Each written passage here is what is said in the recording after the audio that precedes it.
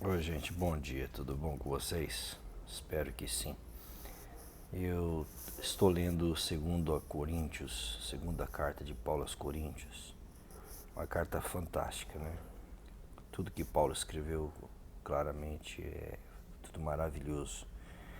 Mas existe uma peculiaridade na segunda carta de Paulo aos Coríntios, porque Paulo já abre contando uma série de adversidades, de desafios, de situações desesperadoras, né, que ele enfrentou.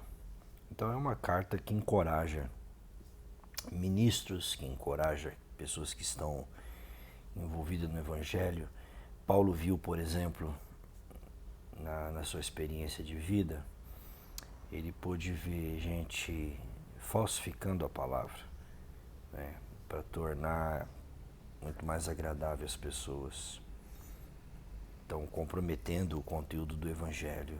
E ele diz que em momento algum negociaria o Evangelho de Cristo.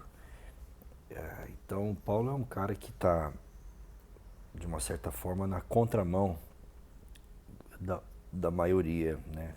Na contramão dos líderes que estavam emergindo nos seus dias. E, enfim, é uma carta maravilhosa, bastante encorajadora. Mas o que eu quero ressaltar é uma coisa que eu estava lendo no capítulo 4, quando Paulo vai falar mais para o final, depois do 10, quando ele fala do que nós temos esse tesouro em vasos de barro, para que a excelência seja do Senhor. Ele vai mostrar justamente essa fragilidade que todos nós carregamos, né? Não só a fragilidade da nossa estrutura física, que vai envelhecendo, né? Que os fios vão ficando brancos e para outros vão caindo. É uma coisa que não dá para lutar contra, né? A gente não consegue frear, a gente não consegue parar os processos naturais, né? Que vão alterando a nossa forma. Mas ele fala de uma coisa interessante, da ressurreição. O Evangelho é um Evangelho de ressurreição. E pelo que eu li agora há pouco, só lendo a Bíblia, sem comentários, sem nada, é só o texto, né? A gente observa que a ressurreição não é apenas uma ideia, um conceito do depois, né? Ou do futuro. Paulo traz a ressurreição para uma coisa no presente, né? A gente percebe isso, que ele fala claramente do poder da ressurreição. Que assim como a morte de Jesus foi evidenciada, né, de certa forma, na sua vida, também será o poder e a ressurreição. Então existe aí uma promessa, né, de que ele fala que ainda que o nosso homem exterior esteja envelhecendo, se desfaça, o interior vai sendo renovado no pleno conhecimento de Jesus, sendo transformado na imagem dele.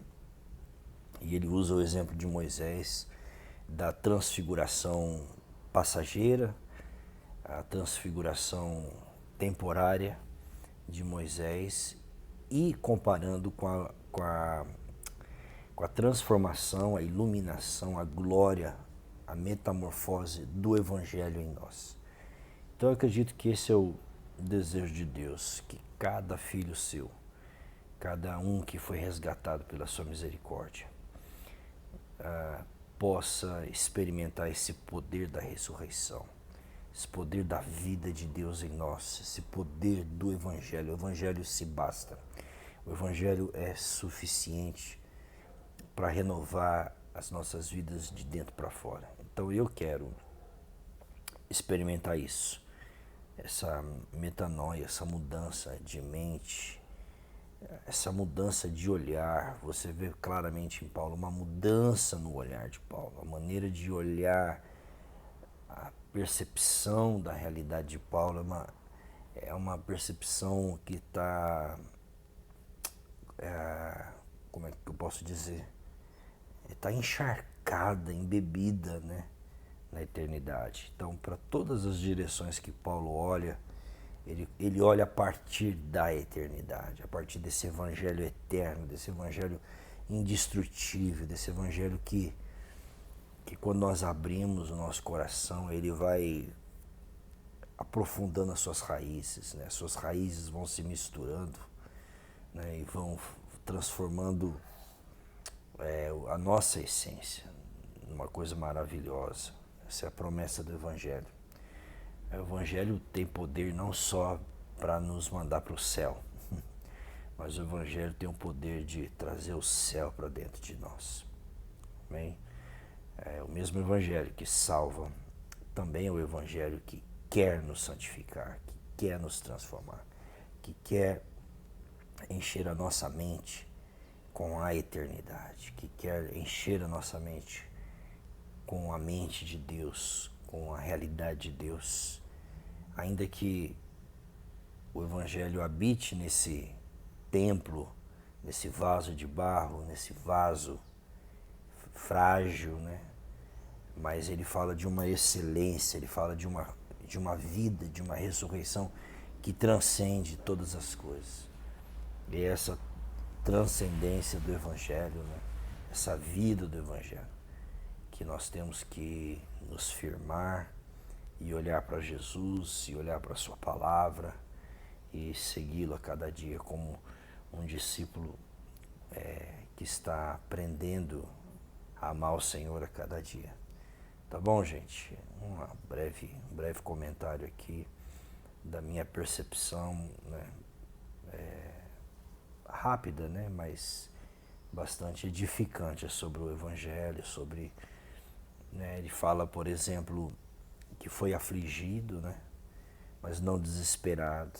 Então você vê um sustento de Deus, né? Sendo desacreditado pela igreja, sendo criticado pelos de fora, sendo hostilizado por falsos líderes, por gente com motivação egoísta, errada, né?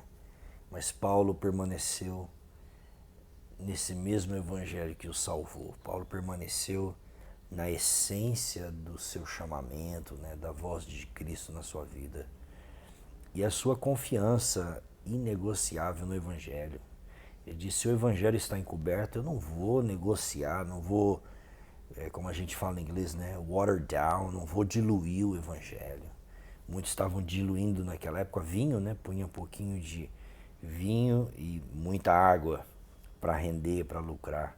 Paulo disse, eu não vou tentar lucrar com o Evangelho, eu não vou tentar ganhar os homens falando aquilo que eles querem ouvir.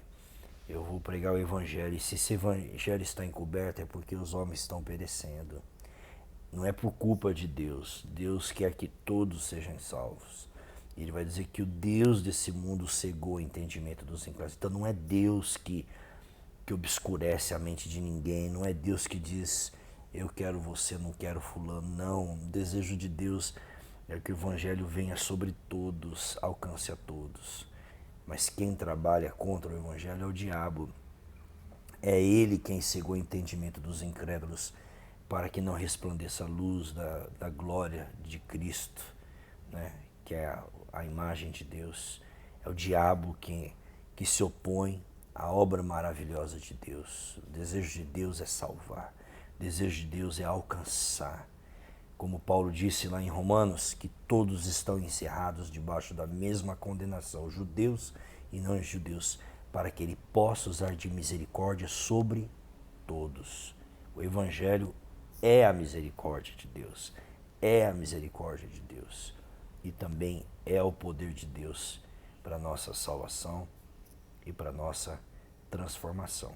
Deus abençoe a todos. Abraço.